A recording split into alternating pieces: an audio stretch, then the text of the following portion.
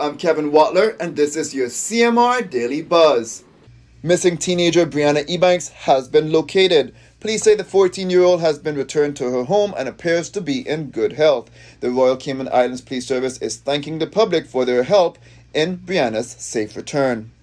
The Minister for Planning, Agriculture and Infrastructure, the Honourable J. Ebanks, announced on Thursdays the cold hard truth of Sandy Hill that housing will be assisting Caymanians with home repairs for those who need the extra assistance. Here's part of what he had to say about it. We've heard so many people that applied through the NAU service too that needed help with the from the GRACE program that we had put in place there, and there's still a lot more. So this was just a way of housing getting in there now to be able to help them. You know, we've got the contractors, we've got the project managers to help. So we said that we would actually government's actually put a certain 500K one side directly to do housing repairs, to try to get those numbers up and get those people that are dried in more or less, that houses have been leaking, and we know we got rainy season. You can find the full clip on Cayman Mall Road's Facebook page or watch the full show on Facebook or on YouTube. The Cayman Islands could soon receive the new Moderna COVID-19 booster vaccine, which targets two variants of the coronavirus. The new Moderna vaccine has been approved for adult booster doses by the UK Medicines and Healthcare Products Regulatory Agency after it was found to meet the UK regulators' standards of safety, quality, and effectiveness. The vaccine targets the original virus strain from 2020 and Omicron. The Cayman Islands Public Health Department has confirmed one case of dengue. Dengue, which is prevalent throughout certain countries in the region, is not considered to be endemic to the Cayman Islands, as historically there have been no sustained transmission of the disease. On average, there are 1 to 4 imported cases per year. However, in 2020 and 2021, there were no reported cases of dengue in the Cayman Islands.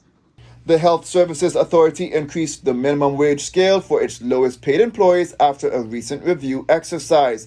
The increase will positively impact 78 employees, including those in housekeeping, porters, and non-emergency transport drivers.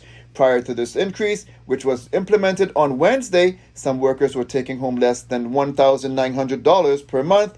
Now the minimum scale has been increased to $2,231 per month for full-time HSA employees. The payroll change will go into effect on September 1st. The Anti-Corruption Commission arrested 2 men on Tuesday for breach of trust, fraud of the government, false accounting, and transferring criminal property. Very little information was released about the 2 men. The only additional information the Anti-Corruption Commission gave is that both men are 44 years old. One lives in Prospect and the other in Georgetown. Also, that they were released on bail pending further inquiries. A press release stated the commission will not provide any further comment on the matter. Police continue to look for Luisto Eusebio Hernandez in relation to firearm offenses. He is considered armed and dangerous and should not be approached. If seen, call 911 immediately. The search is still on for 2 missing men. 53-year-old Noel Paul Manning has been missing since June 24th, and 26-year-old Adrian Williamson has been missing since July 6th. Now you are asked to contact your nearest police station if you see them. We've posted more details of each of these stories on CaymanMallRoad.com. Now for a storm-ready Cayman update, it's brought to you by Home Gas. We continue to monitor a low pressure near the Windward Islands that is producing disorganized shower and thunderstorm activity. Now this system is expected to move westward over the next few days and enter the Caribbean Sea. Right now, the National Hurricane Center shows a low chance of development before the weekend, but environmental conditions could become more conducive for slow development once it approaches the Western Caribbean Sea next week. Now, please monitor this system and ensure you are ready should it develop and impact the Cayman Islands. Remember, we are approaching the time of year when the tropics usually become more active. Storm-ready Cayman updates are made possible thanks to Home Gas. Now for your CMR weather update, it's brought to you by WG Charters. Sunrise at 6:09. Partly cloudy skies are expected. The temperature rises to the high 80s, but it will feel much hotter than that when the high temperature is at 88 degrees Fahrenheit and the relative humidity is around 73% like the forecast calls for. The temperature will feel around 100 degrees Fahrenheit. Winds east at 5 to 10 miles per hour, then the sun sets at 6:45. At nighttime, the temperature falls to the low 80s.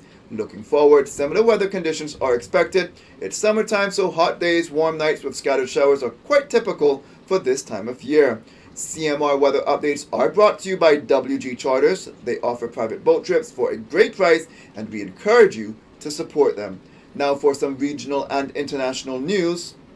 The government of Turks and Caicos Islands is reforming its national education and labor sectors to build the human capacity of its people and has turned to the University of the West Indies to strengthen its relationship with the regional academy. The TCI government also signaled its interest in the Turks and Caicos Islands Community College, advancing its partnership with the University of the West Indies.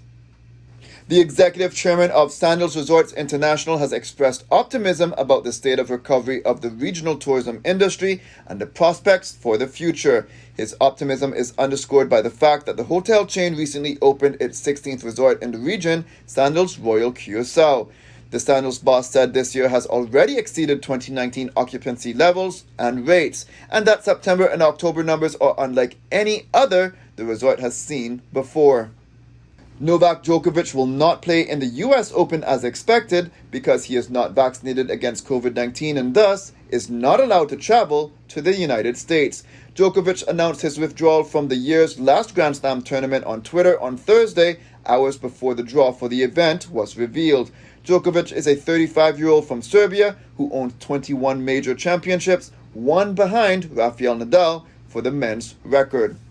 Russian President Vladimir Putin on Thursday ordered the Russian military to increase the number of troops by 137,000 to a total of 1.5 million amid Moscow's military action in Ukraine.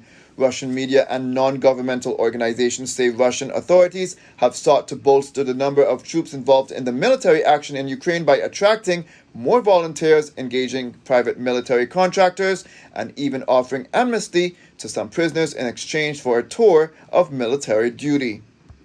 That's it for now on the Daily Buzz. Thank you for joining me. Please stay safe and God bless.